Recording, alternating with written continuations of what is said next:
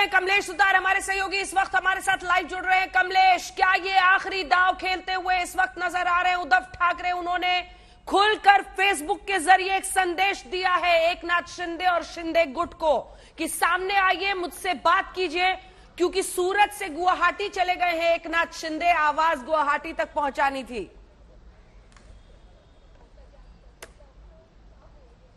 जी अंजना, एक थोड़ी मुख्यमंत्री उद्धव ठाकरे का यह भाषण शुरू होने के कुछ ही मिनटों पहले हमने कयास लगाया था इसी चर्चा में कि मुख्यमंत्री किस तरह से एक भावनिक तौर पर आह्वान कर सकते हैं, अपील कर सकते हैं, इमोशनल अपील होगी, और ठीक उसी तरह की अपील उन्होंने शिव सैनिकों को की है। उन्होंने विधायकों की बात करते हुए एक बार भी एकनाथ शिंदे का नाम नहीं लिया, लेकिन कहा कि अगर आप लोग ये चाहते हैं कि मैं इस पद पर ना रहूं, आप सोचते हैं कि मैं इस पद पर बैठने के लायक नहीं हूं, तो मैं तुरंत इस्तीफा दूंगा, लेकिन ये बात सामने आकर करनी चाहिए। आप सामने बैठिए, बात करिए, और अगर आप ये भी मानते हैं कि मैं सिर्फ मुख्यमंत्री नहीं, मैं पार्टी के प्रमुख के तौर पर काम करने के भी लायक नहीं हूं, तो भी वो भी छोड़ने के लिए मैं तैयार हूं, लेकिन ये सारी बातें सामने बैठकर होनी चाहिए। ये आखिरी दाव है, जैसा आपने ठीक कहा अंजना, ये आखिरी दाव हो सकता है, क्योंकि इस वक्त इमोशनल अपील के सिवा दूसरा कोई चारा नजर नहीं आ रहा। विधायक दूर चले गए हैं, संपर्क नहीं हो पा रहा, संख्या जो है एकनाथ शिंदे के पास, और इसीलिए ऐसे इस वक्त में भावनिक एक इमोशनल अपील उनको की जा रही है कि सामने आए, बैठे, बात करें, जो भी मसले है सुलझाए जाए। पिछले कुछ दिनों में जो आपकी समस्या रही होगी उसके बारे में बातचीत होगी, लेकिन शिव सैनिक ये बात कहे कि मैं इस पद पर बैठने के लायक नहीं हूं, मैं यहां से उतर जाऊंगा। कुर्सी का कोई मोह नहीं, सत्ता का मोह नहीं है। शिव सैनिक मेरी जगह पर कुर्सी पर बैठता है तो मुझे खुशी होगी, लेकिन ये सारी बातें जो है सामने होनी चाहिए। तो पूरे अगर उनके इस भाषण का सार निकाला जाए तो एक ही चीज उन्होंने लगातार कही है कि सामने आइए, बात करिए, बैठिए, बैठकर बात करेंगे और मसले को सुलझाएंगे।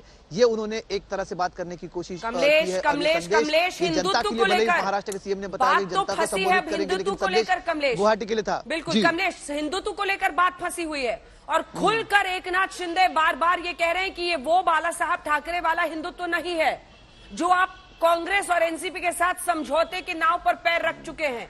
उस पर भी आज उन्होंने बात की है, और यह भी दिलचस्प हिस्सा रहा है, क्योंकि अब बाला साहब ठाकरे की विरासत को लेकर सब अपने अपने हिंदुत्व को बड़ा और अच्छा बता रहे हैं। ऐसी नौबत आ गई है उद्धव ठाकरे के लिए।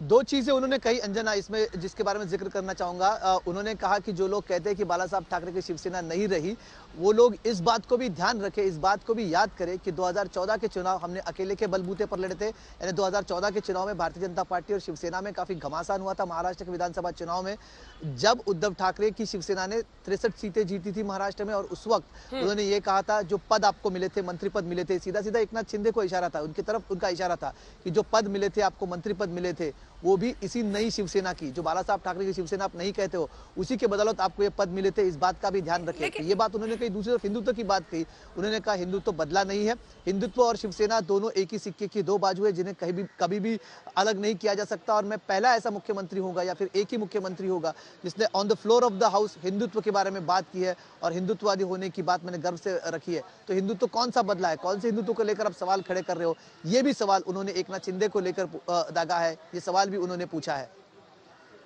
मामला यह है कि आखिर वो संबोधित किसको कर रहे थे? क्या उनको लगता है कि एकनाथ शिंदे जो सूरत से अब गुवाहाटी चले गए हैं, विधायकों का आंकड़ा उधर बढ़ रहा है, वो उनकी बात फेसबुक लाइव पर सुनकर उनसे बात कर लेंगे, या फिर वो एक बड़ा संदेश देने की कोशिश कर रहे हैं, क्योंकि फेस सेविंग भी उन्हें करना है। अब ये जग जाहिर है कि 40 से ज्यादा 35 शिवसेना के +7 निर्दलीय का जो दावा कर रहे हैं, 42 विधायकों के साथ सरकार गिरने की स्थिति आ चुकी है दरवाजे पर। ऐसे में उद्धव ठाकरे के लिए यही रास्ता है कि वो एक संदेश दें और अपने बारे में बताएं, अपने काम के। उन्होंने कोविड में कहा कि मैं अस्पताल से भी काम कर रहा था। कहीं ना कहीं एक फेस सेविंग मैकेनिज्म का हिस्सा दिखाई देता है, क्योंकि एकनाथ शिंदे ये फेसबुक लाइव देखकर क्या उनसे बातचीत के लिए मुंबई चले आएंगे?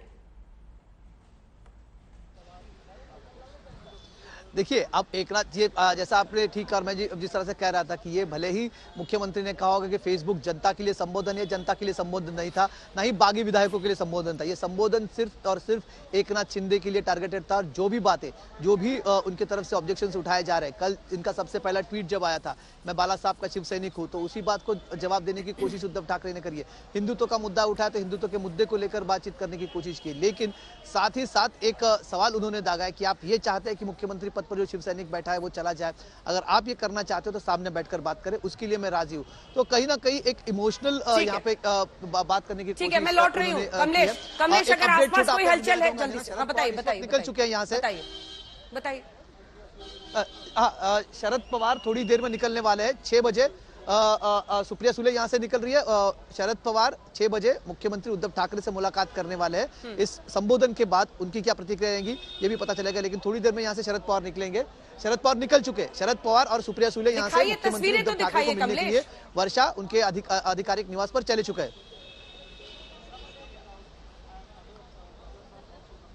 तस्वीरें आपको दिखाएंगे थोड़ी ही देर में, क्योंकि हम जिस जगह पर है उस जगह पर अलग कैमरा है अंजना, वहां से आपको ये तस्वीरें तुरंत दिख जाएगी। शरद पवार और सुप्रिया सुले यहाँ से निकलती हुई, साथ में और भी एनसीपी के आला नेता उनके साथ में जाते हुए। ठीक है, कमलेश आप बने रहिए हमारे साथ। संजय झा राजनीतिक विश्लेषक हमारे साथ जुड़ गए हैं, कृपा शंकर सिंह नेता बीजेपी के जुड़ रहे हैं, बृजमोहन श्रीवास्तव नेता एनसीपी के, किशोर तिवारी नेता शिवसेना के, किशोर मासूम प्रवक्ता आरपीआई के हमारे साथ जुड़ रहे हैं। कृपा शंकर सिंह के जुड़ने में थोड़ा सा भी इंतजार है। संजय झा जी आपके पास आते हुए, देखिए अब ये हिंदुत्व की लड़ाई बनी है। आज हिंदुत्व पर जवाब उद्धव ठाकरे को भी देना पड़ा है। आप ये बार बार कहते हैं कि ये बीजेपी का ऑपरेशन लोटस है संजय जी, लेकिन यहां तो ऑपरेशन हिंदुत्व चल रहा है। ये शिवसेना के अंदर का गृह युद्ध है उस समझौते के विरुद्ध जो कांग्रेस और एनसीपी के साथ उद्धव ठाकरे ने सत्ता के लिए किया था। संजय जी देखिए अंजना जी, राजनीतिक गतिविधियां अभी और भी तेज होंगी। मैं समझता हूं कि देखिए ये कोई विचारधारा का कोई लड़ाई नहीं है। ये तो एक बहाना है, क्योंकि जब से ये सरकार एनडीए की सरकार बनी उस समय से भारतीय जनता पार्टी ने एक अपना जो कहते हैं ना, अपना उनका जो नियत था वो साफ हो चुका था कि हम कुछ न कुछ करके हम इस सरकार को कमजोर करेंगे, निर्बल करेंगे और हम गिराने की कोशिश करेंगे। यहां पर एकनाथ शिंदे का गुजरात जाना, अब जितने भी एमएलए को लेके गए हुए हैं, क्यों गए और आज जो पहुंचे हुए हैं वहां पर आप ही समझा दीजिए। संजय जी आप तो मुंबई में रहते हैं, पॉलिटिक्स को बहुत करीब से देखते हैं और समझते हैं, इसीलिए आप ही समझा दीजिए एक वजह कि एकनाथ शिंदे इन विधायकों को लेकर क्यों महाराष्ट्र से उद्धव ठाकरे से बैर लेकर दशकों की राजनीति को दांव पर लगाकर निकल गए। क्यों निकले, क्या हो गया? इसके पीछे मैं समझता हूं कि जो सियासती जो साजिश है क्या? वो भाजपा ने ही किया है। देखिए भाजपा ने देखा कि कुछ लोग नाखुश हो सकते हैं। आप भी जानते हैं अंजना जी, हर राजनीतिक दल में किसी न किसी का अभिलाषा तो पूरा होता नहीं है। तो उन्होंने देखा कि कहां कुछ कमजोरी हो सकती है। यहां पर आजकल पिछले 2-3 साल में आदित्य ठाकरे का प्रोफाइल काफी मजबूत हुआ है। लोग देख रहे हैं कि भविष्य में वो एक युवा के ही एक नेता नहीं हो सकता है, शिवसेना के भी उम्मीदवार हो सकते हैं मुख्यमंत्री के लिए। इसमें क्या शक है? हाँ तो इसमें क्या शक है? तो देखिए जिन पार्टियों की राजनीति परिवार में घूमती रहती है, इसमें क्या शक है कि सीएम का दावेदार कोई और होगा क्या? ये तो तय ही है। तो ठीक है। हाँ। तो इसीलिए भाजपा ने अपना निशाना उन लोगों पर डाला और उनको एकनाथ शिंदे में ऐसा शख्स मिला जो उनको लगा कि यार इनका जो कोई सिद्धांत है शिवसेना के लिए, ये जो बड़ा कहते हैं कि हम बाला साहेब ठाकरे के विचारधारा के ही साथ हम हैं, तो वो पार्टी क्यों तोड़ते हैं? देखिए इतने लोगों को लेके भाग जाना ये इस बात का मिसाल है अंजना जी कि इसके पीछे एक ही सच्चाई है कि भाजपा का ये साम दाम दंड भेद राजनीति एक बार फिर खुलेआम हमारे सामने आ चुका है। आप सोच लीजिए आसाम में इतना भयानक बाढ़ है, वहां लोग एक तरीके से इतने निराश, और सोच लीजिए उनका हालत क्या है। और वहां पर एक 5 स्टार होटल में एक प्राइवेट चार्टर्ड एयरक्राफ्ट में एमएलए लोग आ रहे हैं, और किसी को यह विश्वास होगा कि भाजपा के बिना सहमति के साथ या भाजपा के हौसला अफजाई के बिना ये सब हो सकता था क्या? यदि किसी भी राजनीतिक दल में मतभेद होता है तो लोग बातचीत करते हैं। आज मैं समझता हूं कि उद्धव ठाकरे जी ने जो फेसबुक में आके खुलेआम सार्वजनिक तरीके से जो उन्होंने भाषण दिया है, ये एक चुनौती है। सिर्फ एकनाथ शिंदे को नहीं, ये भाजपा को चुनौती है कि देखिए आपका सिद्धांतहीन एक घटिया और घिनौनी राजनीति, जिसमें आपने राजस्थान को कमजोर करने की कोशिश की, मध्य प्रदेश और कर्नाटका में तो आपने सरकारी जीत लिया, पुडुचेरी में आपने सरकार गिराया, गोवा मणिपुर आप सब जानते हैं। तो ये तो भाजपा का एक, मैं समझता हूं कि एक रणनीति ऐसा ही है, और हम लोग सब जानते हैं कि ये कैसे चलता है। ऑपरेशन कमल भारत के प्रजातंत्र पर एक कलंक है। ऑपरेशन कमल, लेकिन ऑपरेशन कमल जल्दी से हमारे साथ आरपीआई की तरफ से, क्योंकि अभी इंतजार है कि हमारे साथ कृपा शंकर सिंह जी जुड़े। किशोर जी जवाब दीजिए। ऑपरेशन लोटस कह रहे हैं से वो, उनका कहना है ये बीजेपी का है, और रामदास आठवले जी तो बीते दिन से कह रहे हैं कि अब देवेंद्र फडणवीस की सरकार बन रही है। सब पता चल गया आप लोगों को, कैसे कैसे बन रही है उनकी सरकार?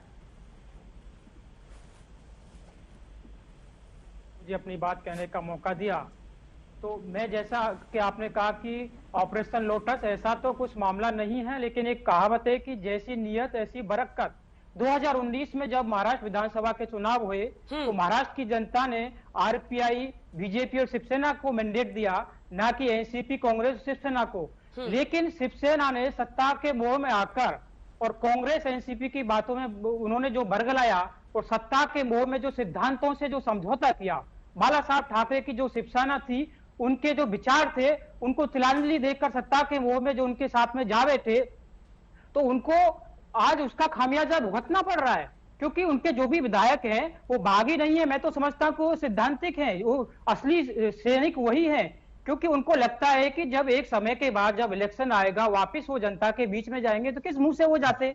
उनको लगता है कि जो सरकार ने मैंडेट दिया वो तीनों जो पार्टियां उनको मिलकर दिया था, लेकिन ये शुरू से जैसा कि पता चला है कि जो सरकार है शिवसेना की सरकार, इस शिवसेना की सरकार ने ये सोनिया सरकार, सोनिया सेना साबित हुई। हमेशा जितने भी दिखाइए किशोर जी को, कांग्रेस को दिखाइए, इशारों पर यहाँ पर फैसले गए, और जो एक एक करके मंत्री जो है वो इनके जेल जाते गए। कोई ईडी का चक्कर काट रहा है, कोई जेल में जा रहा है, कोई कोर्ट के चक्कर काट रहा है। बोलता हूँ ना, तो ये सरकार जो थी कहीं ना कहीं ये तो होना ही था। और मुझे लगता है कि आज ये जो आज सरकार को एक खामियाजा भुगतना पड़ रहा है, आज सिर्फ सरकार बचाने का नहीं, आज पार्टी को बचाने का जो अस्तित्व का संकट आ गया है उनके सिद्धांतों की वजह से ये हुआ है।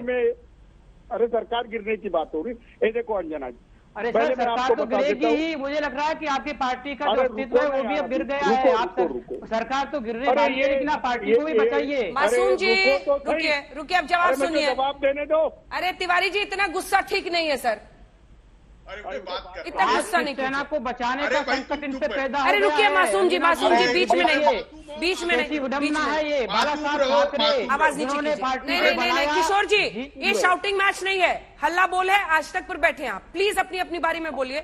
ये क्रॉस टॉक एक दूसरे के ऊपर, कोई शाउटिंग मैच नहीं चल रहा है। प्लीज मुझे आवाज नीचे करनी पड़ेगी। किशोर जी गुस्सा नहीं, अंजना जी धन्यवाद। गुस्सा नहीं सर, गुस्सा नहीं। हाँ बिल्कुल शांत हूँ अंजना जी। मैं तुमको मामला बिगड़ गया, लेकिन सर मामला बिगड़ गया है बहुत। मेरी बात पूरी, मुझे बात पूरी करने दो, जब तुम कुछ भी बोलो। एक मिनट, आज उन्होंने लिस्ट दी, उसमें उन्होंने 34 एमएलए के नाम गिनाए, जिसमें 7 इंडिपेंडेंट है।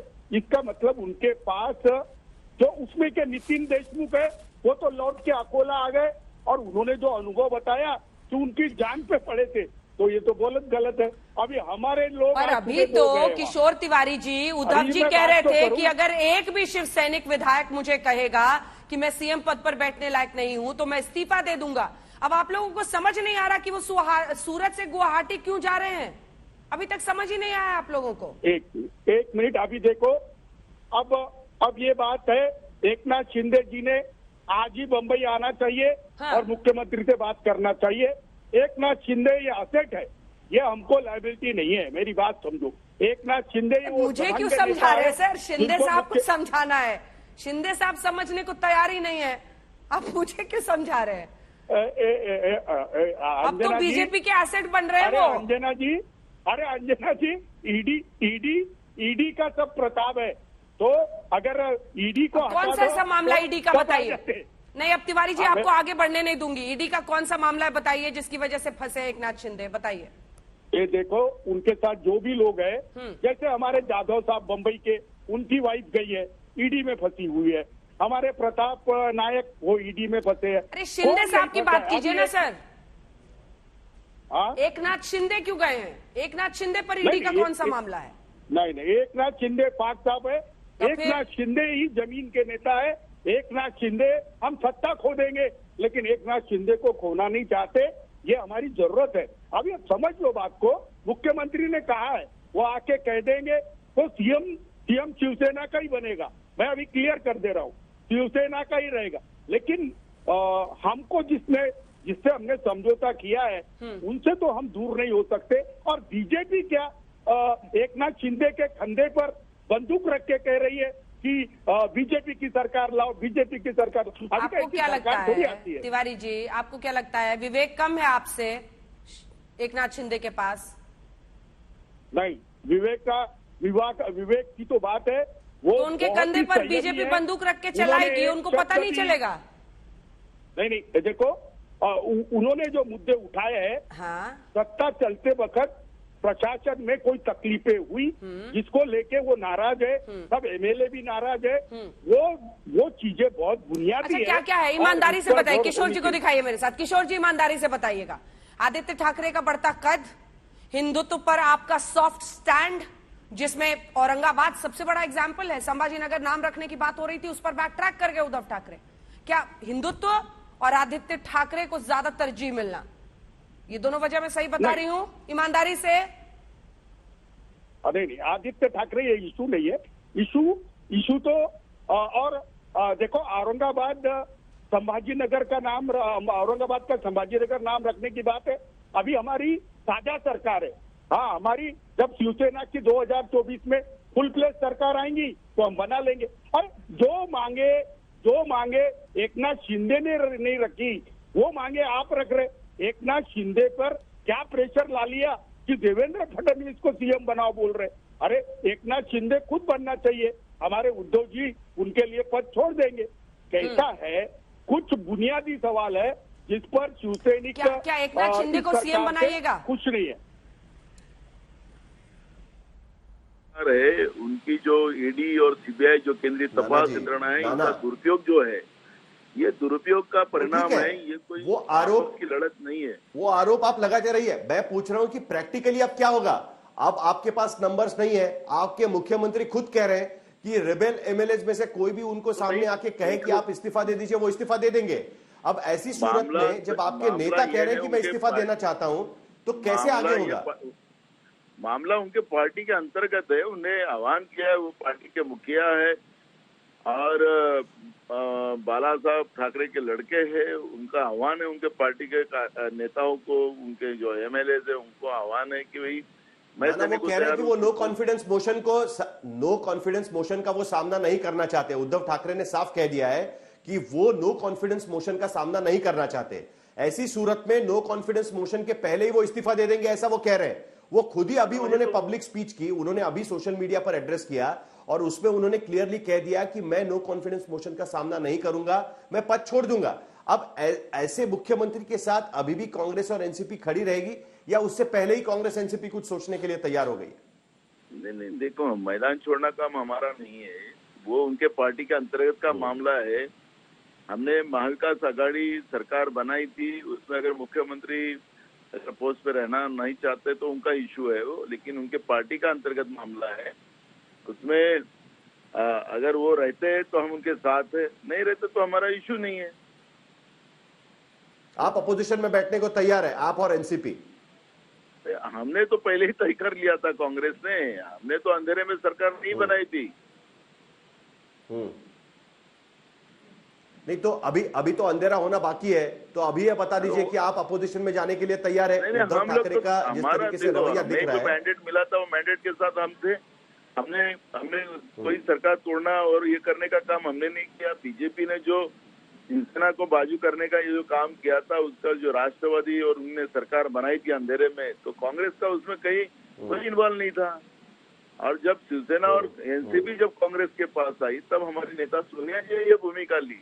हम कहे नहीं थे कि हमें सरकार में जाना है। मामला एकदम स्पष्ट है। हम महाराष्ट्र के इस विकास के लिए महाविकास आघाड़ी के साथ हम आए थे और उसके इसमें अगर वो मुख्यमंत्री बने और वो हम उनके साथ है, अगर वो उनके पार्टी के अंतर्गत का मामला वो सलटाते तो हम उनके साथ है। नई सरकार है तो हम तो उद्धव ठाकरे कह रहे हैं कि वो तो मुख्यमंत्री बनना ही नहीं चाहते थे। वो तो शरद पवार ने कहा कि अगर आप मुख्यमंत्री नहीं बनेंगे तो ये सरकार नहीं बन पाएगी, इसीलिए मुझे मुख्यमंत्री बनना पड़ा। मुझे तो कोई इच्छा ही नहीं थी मुख्यमंत्री बनने की। ये पवार साहब से पूछिए ना, हमें क्यों पूछ रहे हो आप?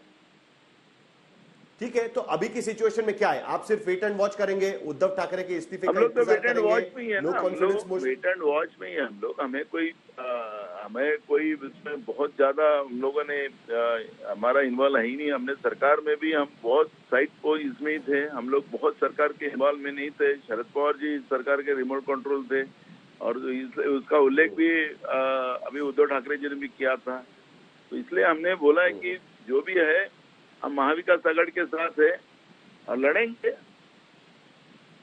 आपके सारे विधायक आपके साथ में हैं, सारे के सारे, क्योंकि विधान परिषद में आपके 2 वोट्स कम पड़े। नहीं, हमारे 44 वोट हमारे साथ है, पूरे के पूरे आपके साथ में। बहुत बहुत शुक्रिया Nana Patole. Pooja, you heard Maharashtra Pradesh Congress Committee को आप सुन रहे थे, बहुत ज्यादा बोलने को तैयार नहीं है, लेकिन उन्होंने जो बातें कही है उससे लबोलुआब यही है कि सब अभी आंखें टिकाकर देख रहे हैं शिवसेना की तरफ।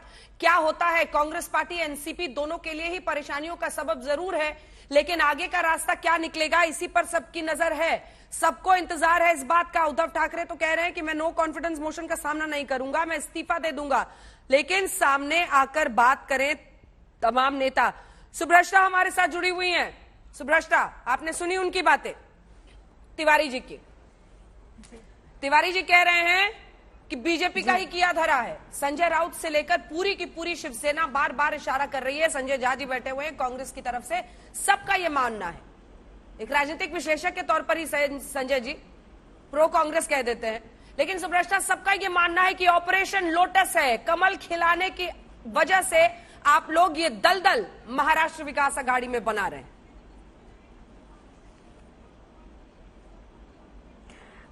अंजना जी, एक तो आप लोग शब्द मत बोलिए, क्योंकि मेरा बीजेपी की मैं समर्थक जरूर हूं कई मुद्दों पर, लेकिन मैंने भारतीय जनता पार्टी ने ज्वाइन की है और ना मुझे अभी भारतीय जनता पार्टी ज्वाइन करने में कोई भी इंटरेस्ट है, इसलिए। लेकिन नहीं, मैं जो मेरा जो आकलन है वो ये है कि आज की जो भी परिस्थिति है इसको लेकर के हर बार ये स्थिति आती है, इस तरीके की स्थिति आती है तो कह दिया जाता है कि भाजपा ऐसा कर रही है। लेकिन सवाल ये है कि भाजपा ऐसा कर रही है तो क्या आपके विधायक आपके कंट्रोल में नहीं है? भाजपा ने तो कभी भी नहीं कहा कि वो एक एनजीओ खोल करके बैठी हुई है वो, या वो ट्रस्ट चला रही है। एक सेकंड के लिए रोक रही हूँ, आप अपनी बात पूरी कीजिएगा। बड़ी खबर इस वक्त आ रही है। उद्धव ठाकरे मिलने पहुंचे हैं शरद पवार से। बताया जा रहा है शरद पवार से उनकी ये बातचीत बहुत अहम है, क्योंकि आंकड़ों को लेकर चर्चा होगी और फिर आगे की रणनीति बनेगी। क्या विधानसभा भंग करने के संकेत जो संजय राउत ने दिए हैं उस तरफ मामला जा रहा है? जो सूत्रों के हवाले से खबर थी कि इस्तीफा दिया जा सकता है। बार बार इस्तीफे की बात जरूर अपने फेसबुक लाइव में कर रहे थे उद्धव ठाकरे, लेकिन उन्होंने इस्तीफे की पेशकश नहीं की। उन्होंने बार बार सिर्फ यही कहा, एकनाथ शिंदे आए, जो विधायक बागी हैं वो आए, मुझसे बात करें, आमने सामने बात करें, सामने आने में संकोच होता है तो फोन पर मुझसे बात कीजिए।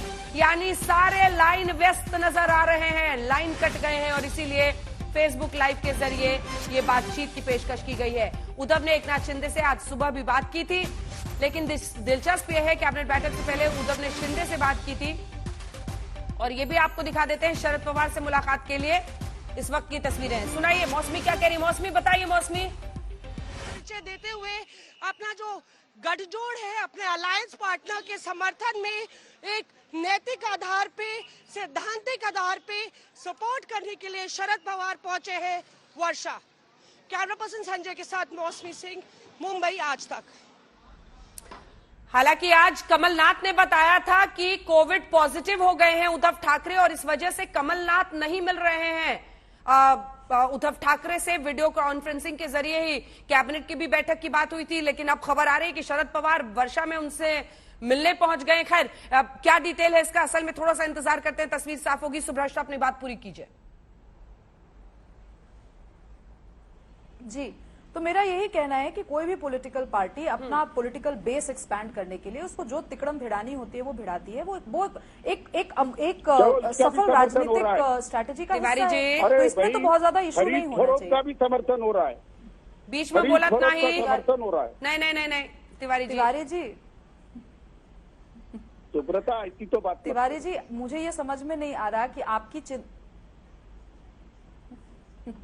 अंजना जी, तो ये मेरा आकलन है। दूसरी चीज है कि आज जो उद्धव ठाकरे जी ने जिस तरीके से लाइव करके जो भी बात अपनी रखी, उसका भी लबोलुआब मुझे कहीं ना कहीं ये लग रहा है कि भारतीय जनता पार्टी के साथ आने में उनको कोई खास इशू नजर नहीं आ रहा। बहुत स्पष्ट रूप से उन्होंने आज की प्रेस कॉन्फ्रेंस में या जो भी लाइव था उसमें कहने में उनको जनता के सामने ये जरूरत नहीं थी कि 2014 में हमने सरकार बनाई। सब जानते हैं कि रामभूमि जो आंदोलन रहा उसको लेकर के आज तक शिवसेना की क्या वैचारिकी रही है, इसे देश का हर व्यक्ति, हर जागरूक व्यक्ति अवेयर है। लेकिन इस बात पर बार बार स्ट्रेस करना कहीं ना कहीं ये दिखाता है। 2022 तिवारी जी, आप लगातार क्यों बोलते हैं बीच में? आप जब कह रहे थे मैं बहुत ध्यान से सुना। तारतम्यता टूट जाती है ना थॉट की। आप कह दीजिए कि आपको मोदी जी से, आप मोदी जी के विरोधी हैं, आप कह दीजिए। आज आप नहीं कहेंगे क्योंकि शिवसेना लगातार मैं आ रही हूँ दो दिनों से डिबेट में, लगातार आप ही लोग कह रहे हैं कि हमें मोदी जी की लीडरशिप से कोई समस्या नहीं है, मोदी जी की लीडरशिप से कोई समस्या नहीं है। बात तो हो सकता है उद्धव ठाकरे खुद मन बनाकर बैठे हुए कि हम अलायंस कर लेंगे बीजेपी के साथ। प्रधानमंत्री है पर उनकी फौज खराब है ना। अंजना जी इनको बोल लेने दीजिए। अरे तिवारी जी, तिवारी जी, तुम्ही से मोहब्बत, तुम्ही से झगड़ा। आपने कभी सोचा है एकनाथ नेता आपके एकजुट रहे नहीं, आपके नेताओं से ज्यादा वो सुन रहे हैं बीजेपी के नेताओं की, तो प्रॉब्लम किधर? लेकिन सुभ्रष्टा को बात पूरी कर लेने दीजिए। सुभ्रष्टा एक बार बोल लें, उसके बाद बोलिएगा ना, एक एक करके प्लीज सर, प्लीज। इसके बाद आ रही हूँ संजय जी। सुभ्रष्टा जल्दी से बात पूरी करें। मैं एक बहुत जनरल सी बात बोल रही हूँ अंजना जी कि हर बार जब ये समस्या होती है, जनरली ये कहा जाता है कि फलाना पार्टी ने हमारे विधायकों को तोड़ दिया, हमारे विधायकों को खरीद लिया। लेकिन ये संयोग है क्या सुभ्रष्टा? ये संयोग है क्या कि पहले सूरत के बाद गुवाहाटी? इस बात पर भी कड़ी निंदा हो रही है कि गुवाहाटी और असम, जो कि बाढ़ में इस वक्त डूबा हुआ है, बुरे हालात है, वहां पर मुख्यमंत्री रात में सिचुएशन मैनेज कर रहे थे। कितने सारे विधायक आ रहे हैं, कैसे उनको संभालना है? ये संजय जी ने भी सवाल उठाया था, इस पर जवाब दीजिए। या इसका जवाब दो सुब्रता जी। अंजना जी, इस बात से मैं अग्री करती हूँ कि जो सवाल उठाए जा रहे हैं वो स्वस्थ लोकतंत्र में ऐसे सवाल उठाए जाने चाहिए। लेकिन इसकी वजह से राजनीतिक पार्टी अपनी स्ट्रैटेजी बदल देगी, मुझे नहीं लगता ऐसा भी संभव है। उसके बावजूद मैं एक चीज कहूंगी, अगर गैर संवैधानिक तरीके से सरकारें बनती या बिगड़ती हैं तो फिर हमारे पास सुप्रीम कोर्ट भी है। क्या तिवारी जी आप क्यों नहीं बोलने देते? आप या तो मेरे तर्कों से घबरा रहे हैं या आपके पास जवाब नहीं है, दो ही चीज हो सकती है। शांति से सुन तो लीजिए। देखो सुब्रता, भ्रष्टा न कीजिए। मैं ये कह रही हूँ अंजना जी कि अगर मैं हटा दे रही हूँ 2 मिनट ताकि मैं अपनी बात बोल लूं। मुझे लगता है कि गैर संवैधानिक तरीके से अगर सरकार बनती है तो इसके लिए देश में और व्यवस्थाएं हैं कि उसको संवैधानिक ढांचे में ला करके चीजों को दुरुस्त किया जाए। ठीक है, जल्दी से एक बार दिखाइए। संजय जी को इसका जवाब दे रहे थे, उसके बाद मैं आपके पास नायर साहब आ रही हूँ। वीएचपी के प्रवक्ता भी हमारे साथ जुड़ गए हैं। आ रही हूँ किशोर जी, थोड़ा सा रुके। संजय जी, ब्रिजमोहन जी आपके पास भी मैं फौरन आऊंगी सर जी। अंजना जी, मैं सुभ्राष्ट्र जी को ये बताना चाहूंगा कि रात को सोने के वक्त यदि मैं घर का दरवाजा बंद करना भूल गया तो मेरा यदि पड़ोसी आके मेरे घर में डाका डाले तो वो सही है क्या? देखिए, हमारी जो भी कमजोरी हो उसका कोई फायदा इस तरीके से कोई उठाता है, ये भारत की भ्रष्ट और अनैतिक राजनीति का एक सबूत है। और मैं समझता हूं कि कम से कम भाजपा को अभी भी तो सोचना चाहिए। सत्ता का लोभ हर राजनीतिक दल को होता है, लेकिन भैया दुनिया में कुछ सिद्धांत भी होते हैं। अरे हम लोग अपने आप को कहते हैं कि हम प्रजातंत्र का एक बहुत ही अच्छा एक उदाहरण है, और अभी दुनिया देख रही है कि किस तरीके से जो लोग चुनाव जीते हुए एडल्ट लोग हैं उनको जबरदस्ती आप प्लेन में बिठा के होटल में छुपाए हुए हैं, उनकी बीवी लोग एफआईआर लॉन्च कर रहे हैं। ये भारत के प्रजातंत्र का क्या संदेश भेज रहे हैं आप? इसका जवाब कौन देगा? श्रीराज नायर जी, नायर साहब जवाब दीजिए, क्या संदेश है ये लोकतंत्र में? संजय झा जी बड़ा अच्छा मजाक कर रहे हैं। संजय झा जी मुंबई रहते हैं, मैं भी मुंबई में रहता हूँ, मैं भी मुंबई का ही वोटर हूँ, महाराष्ट्र का वोटर हूँ। महाराष्ट्र में 2019 के चुनाव जब हुए तब शिवसेना बीजेपी गठबंधन में थी। संजय झा जी भूल गए लगता है। हम सबने वोट हिंदू मुद्दे पर इस गठबंधन को वोट दिया था। चुनाव के जवाब भी बाद देंगे आप। केवल सत्ता के लिए जिस प्रकार का तांडव किया गया पूरे भारत के लोकतंत्र के चाहने वालों ने देखा था। उसके बाद केवल सत्ता में बने रहने के लिए जिस प्रकार से शिवसेना ने हिंदुत्व को कुचला, वो भी सारे हिंदुत्व के चाहने वालों ने पूरे विश्व में देखा। जिस प्रकार से संतों की हत्या, निर्मम हत्या हुई, उसके बाद जो एक्शन लेना था नहीं लिया गया। लेकिन तब किसी ने नहीं छोड़ा श्रीनाथ जी, तब नायर साहब किसी ने नहीं छोड़ा। संतों की चिंता होती तो तब छोड़ते ना, थोड़े ना इंतजार करते। तो ये जो है हिंदुत्व को छोड़, बाड़ा साहेब कितने बड़े स्ट्रॉन्ग जी, मैं एक पर्दाफाश करूंगा यहाँ भाजपा का। हिंदुत्व के साथ पूरी तरह से कॉम्प्रोमाइज किया, आज वो भुगत रहे हैं। और महाराष्ट्र संतों की भूमि है, इसलिए महाराष्ट्र का हिंदू आहत है, चाहे वो महाराष्ट्र का निजी हिंदू हो या पूरे भारत का हिंदू। किसी की सजा आज उद्धव ठाकरे और उनकी सरकार भुगत रही है। तो ये जो है ये तो होना ही था। जिन्होंने हिंदुओं का परिहास किया, मजाक उड़ाया, मॉक किया, रिडिक्यूल किया, उनका हालत कांग्रेस का जो हालत है वो देश ने देखा है। उसी की तर्ज पर शिवसेना। संजय जी छोटा सा कमेंट, फिर बृजमोहन जी के पास जाऊंगा। संजय नहीं, देखिए ये इस बात को भूल गए हैं कि यदि आपने शिवसेना के साथ चुनाव लड़ा तो क्यों आपका गठबंधन टूटा जानते हैं? वो आपका राजनीतिक अहंकार और घमंड था, समझ गए? और आप लोगों ने उद्धव ठाकरे जी को आश्वासन दिया था और फिर उनके साथ धोखा किया, यही सच्चाई है। और दूसरा बात सुनिए, अभी आप बीएमसी चुनाव के लिए तैयारी कर रहे हैं। अंजना जी, मैं बताना चाहूंगा कि अभी भाजपा बीएमसी के चुनाव की तैयारी कर रही है और वो चाहते हैं कि ये सरकार गिरे ताकि इनको बीएमसी चुनाव में उसकी कोई उपलब्धियां उनको मिलेंगी। और बीएमसी का चुनाव बहुत अहम है। 40,000 करोड़ का बजट है। महाराष्ट्र को एटीएम बना के रखा है। संजय जी, आग घर में लगी है, कब तक पड़ोसी पर इल्जाम लगाइएगा? समझना पड़ेगा कि आग की लपटें जो घर के अंदर हैं वो क्यों है। हालांकि आपका तो क्या ही, कांग्रेस पार्टी के तो विधायक एकजुट रहे हैं, लेकिन एक नाथ एकजुट रख नहीं पा रहे तिवारी जी। और यहाँ पर गुस्सा भी दिखाते हैं, बीच बीच में हंस भी देते हैं। अभी समझ ही नहीं आ रहा है इनका इमोशन क्या चल रहा है। बृजमोहन जी, मैं आपके पास आऊंगी, लेकिन उससे पहले सर एक सेकंड जल्दी से।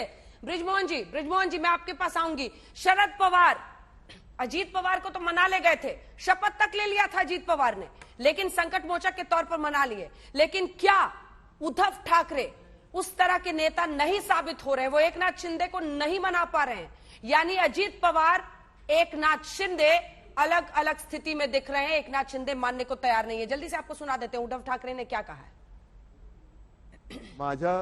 मी ज्यांना माझे मानतो त्यांच्यापैकी किती जण तिकडे गेलेत, किती जण माझ्या विरुद्ध मतदान करतील, नाही, एकाने जरी माझ्या विरुद्ध मतदान केलं तरी ते माझ्यासाठी लाजिरवाणी गोष्ट आहे।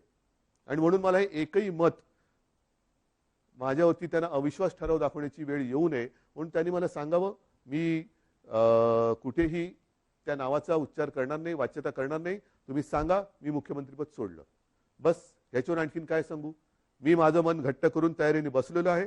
मात्र बांधवांना आणि भगिनींना एकच सांगेन की जे प्रेम तुम्ही आजपर्यंत दिलं, उद्या मी सांगितलेलंच आहे की मुख्यमंत्रीपदी माझी राहायची अजिबात इच्छा नाही, पण त्याच्यानंतर सुद्धा जेव्हा जेव्हा आपली भेटगाठ होईल ती मात्र जसा मी फिरत जाईन तशी प्रत्यक्ष होईल, तेव्हा मात्र तुम्ही हे दाखवत असलेलं प्रेम हे सदैव असंच कायम ठेवा।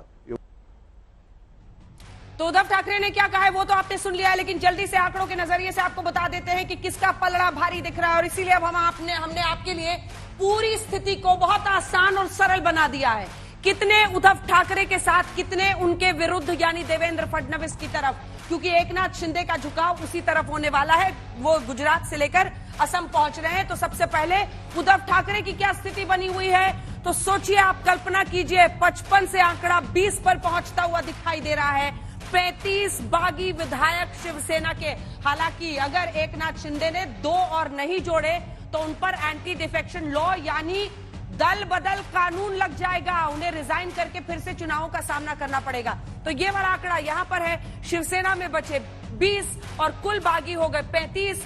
53 है एनसीपी के, कांग्रेस के 44। 144 का जो आंकड़ा है वो नहीं होता है, अल्पमत में आ सकती है उनकी सरकार। तो ये हो गई पहली स्थिति। अब हम आपको फिर से लिए चलते हैं और दिखाते हैं ये दूसरा वाला हिस्सा बीजेपी प्लस का, क्योंकि यहां पर 106 पहले से बीजेपी के विधायक हैं।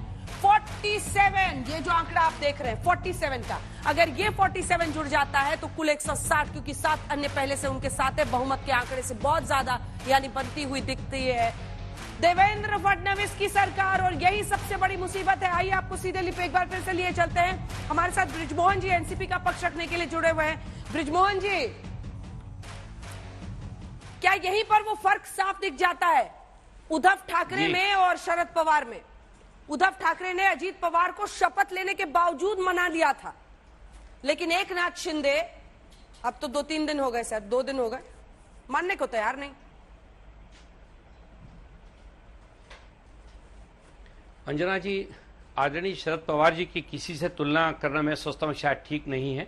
उनका अपना एक व्यक्तित्व है और उनका एक अपना अनुभव है, 55 साल का उनका राजनीतिक जीवन है, तो उससे आदरणीय उद्धव ठाकरे साहब को तुलना करना ठीक नहीं है। उद्धव ठाकरे साहब बहुत बेहतर तरीके से अभी भी अपने सारे जो भी उनके बीच में अंतर्विरोध पैदा हुआ है उसको दूर करने की कोशिश कर रहे हैं। आज जिस प्रकार से उन्होंने परिवार के मुखिया के रूप में अपनी बात, अपना संदेश दिया है शिव सैनिकों को, तो ये स्पष्ट करता है कि उनमें वो गंभीरता है जो एक शिव सैनिक के परिवार को के मुखिया में होना चाहिए। अब देखना यह कि शिव सैनिक उसको किस प्रकार से लेते हैं और क्या करते हैं। लेकिन मैं आपसे दूसरी बात कहना चाहता हूं, क्या कि यह शुचिता की राजनीति की बात इस देश में शुरू तो भारतीय जनता पार्टी ने की थी। अभी मैं नायर साहब को सुन रहा था, उन्होंने बड़ी अच्छी बात की। उन्होंने 2019 में भारतीय जनता पार्टी और शिवसेना के गठबंधन की बात की और उन्होंने कहा कि वो गठबंधन हुआ था लेकिन सरकार बना ली एनसीपी, कांग्रेस और शिवसेना ने मिलकर। ये बात अगर कभी वो बिहार की तरफ देख लेते तो वहां पर भी यही हुआ था। वहां पे तो सरकार बनी थी आदरणीय तेजस्वी यादव और आदरणीय नीतीश कुमार जी की, लेकिन भारतीय जनता पार्टी ने वहां पे उस जनमत को चुरा कर अपनी सरकार बना ली। मैं सोचता हूं नायर साहब को उसका भी विरोध करना चाहिए अगर उनमें थोड़ी सी नैतिकता है तो, क्योंकि वो तो विश्व हिंदू परिषद के नेता है। वो जो है वो राजनीतिक व्यक्ति तो है नहीं, वो राजनीतिक व्यक्ति नहीं, वो तो विश्व हिंदू परिषद के। दूसरा बात मैं कहना चाहता हूं कश्मीर का। कश्मीर में क्या जब आदरणीय महबूबा मुफ्ती के साथ भारतीय जनता पार्टी ने सरकार बनाई तो क्या वो अपना हिंदुत्व का मुद्दा फेंकाए थे कहीं पर? क्या वहां पर वो अपने हिंदुत्व की बात नहीं करते थे? तो ये कहना भी बिल्कुल गलत है कि अगर कोई गठबंधन होता है तो उसमें राजनीतिक दल अपनी विचारधारा को एक तरफ रख देते हैं। कॉमन मिनिमम प्रोग्राम के अंतर्गत महाराष्ट्र में महाविकास आघाड़ी सरकार बनी थी। स्पष्ट दो सवाल करना चाहती हूँ। बीजेपी को आप लाख कटघरे में खड़ा कीजिए, अभी तो आपको एकनाथ शिंदे को मनाना है। क्या शरद पवार भी कोई पहल करेंगे? बी, उद्धव ठाकरे से उनकी मुलाकात हो रही है, मामला फिसलता हुआ दिख रहा है या नहीं दिख रहा है? आप लोगों को भी एहसास हो गया होगा 35 शिवसेना के +7 निर्दलीय जो अभी तक दावा है और जो आंकड़े सामने आ रहे हैं। ये गंभीर स्थिति है, सरकार गिरने की नौबत है। संजय राउत ने ट्वीट कर दिया विधानसभा भंग करने की बात। अंजना जी देखिए, अंजना जी हम लोग सब इस नाव के सवार हैं। आपको क्या ऐसा लगता है कि आदरणीय शरद पवार साहब इतने गैर जिम्मेदार व्यक्ति हैं कि वो देखेंगे कि अगर इस पे कोई परेशानी आ रही है और जो संभाले नहीं संभल रही तो क्या पवार साहब सामने नहीं आएंगे? पवार साहब का तो ये बेसिक कैरेक्टर है कि वो हमेशा ऐसे मौके पर जब भी किसी को मदद की जरूरत होती है वो ये नहीं देखते कि व्यक्ति कौन है, वो हमेशा उसके लिए खड़े रहते हैं। तो क्या आपको ऐसा लगता है कि महाविकास आघाड़ी की सरकार को बचाने के लिए पवार साहब प्रयास नहीं करेंगे? मैं निश्चित रूप से, दूसरे की मदद क्या करनी है, अपने आप को बचाना है। लेकिन अभी ये परेशान मौका कहां आएगा? शिवसेना के साथ मिलकर सरकार चलाने का महाराष्ट्र में मौका कहां से आएगा? बल्कि आपसे मैं अंजना जी, मैं आपसे दूसरी बात कहना चाहता हूं। अभी इस सरकार को किसी भी हालत में किसी प्रकार का खतरा है ही नहीं। लेकिन ये खतरा जो लोग पैदा कर रहे हैं वो भारतीय जनता पार्टी के लोग हैं। वो अभी भी इस बात को नहीं समझ पा रहे कि ये होगा कैसे। ये असंभव है। देखिए, सरकारें जो बनती है अंकगणित पे बनती है, मेरे और आपके कहने पे, चर्चा करने पे नहीं बनती। ये भी एक कला है कि मुसीबत कितनी भी बड़ी हो उससे इनकार करते रहो। मतलब अब तो फेसबुक लाइव भी कर दिया उद्धव ठाकरे ने। हालांकि मुझे याद है जब अजीत पवार का क्राइसिस आया, उन्होंने खुल के बोला है। अजीत पवार का क्राइसिस आया उन्होंने ये कहा कि अगर मेरे सामने आए मैं उनसे बात करने को तैयार हूं। शरद पवार जी उस वक्त फॉरेन मीडिया के सामने आए थे जब अजीत पवार का क्राइसिस आया था, लेकिन आज जाकर फेसबुक लाइव ये किया है। तिवारी जी कुछ बोलना चाह रहे थे, हाथ उठा रहे हैं। तिवारी जी देखिए, अंजना जी आपको एकनाथ शिंदे को मनाना है। मैं आपकी इस तुलना से असहमत हूं। ठीक है, आदरणीय शरद पवार साहब की तुलना आप मत करिए, ये मैं आपसे निवेदन कर रहा हूं। शरद पवार साहब एक अलग, एक उनका व्यक्तित्व अलग है और उनकी जो गंभीरता और उनका जो अनुभव है उसको अलग। नेताओं के नेतृत्व क्षमता की तुलना ही ना करें। मेरा आपसे विनम्र अनुरोध है। ठीक है, आपका विनम्र अनुरोध मैंने विनम्रता से स्वीकार लिया, लेकिन नेताओं के नेतृत्व क्षमता की चर्चा होगी सर, ये चर्चा होगी। सबको अपना नेता सबसे बड़ा लगता है, लेकिन चर्चा ये होती है। और शरद पवार जी की जो ये कला है, यदि उद्धव ठाकरे साहब विजयी हो गए तो क्या होगा? तो फिर ये माना जाएगा कि वो बाजीगर निकले। फिर यहीं पर आप ऊपर में लिखा हुआ देखेंगे कि बाजीगर निकले, तब क्या होगा? अरे ब्रिजमोहन जी, फिर ऊपर में लिखा हुआ आप देखेंगे बाजीगर निकले उद्धव ठाकरे। एकनाथ शिंदे को बस मना ले और यहाँ बस मुस्कुराते रहेंगे। तिवारी जी बताइए ना, एकनाथ को एकजुट आप नहीं रखते, सारी करनी धरनी बीजेपी की। तिवारी जी मैं बात कर लूं? आपको कौन रोक अंजना सकता जी है? बात कर लूं? बोलिए ना। हाँ, मैं ये बात करता हूँ कि अभी हमारे पास स्पीकर है। हाँ, तुम ही आंकड़े बता रहे, उनके पास 2/3 मेजोरिटी नहीं है। ये लंबी लड़ाई चलने वाली है और बीजेपी की सरकार आने वाली नहीं है। तो आप कितने भी आंकड़े बताओ, 160 वगैरह, तो हमारे 37, अरे उनके साथ जो लोग है ना अंजना जी, उसमें से 8-10 लोग हमारे संपर्क में है।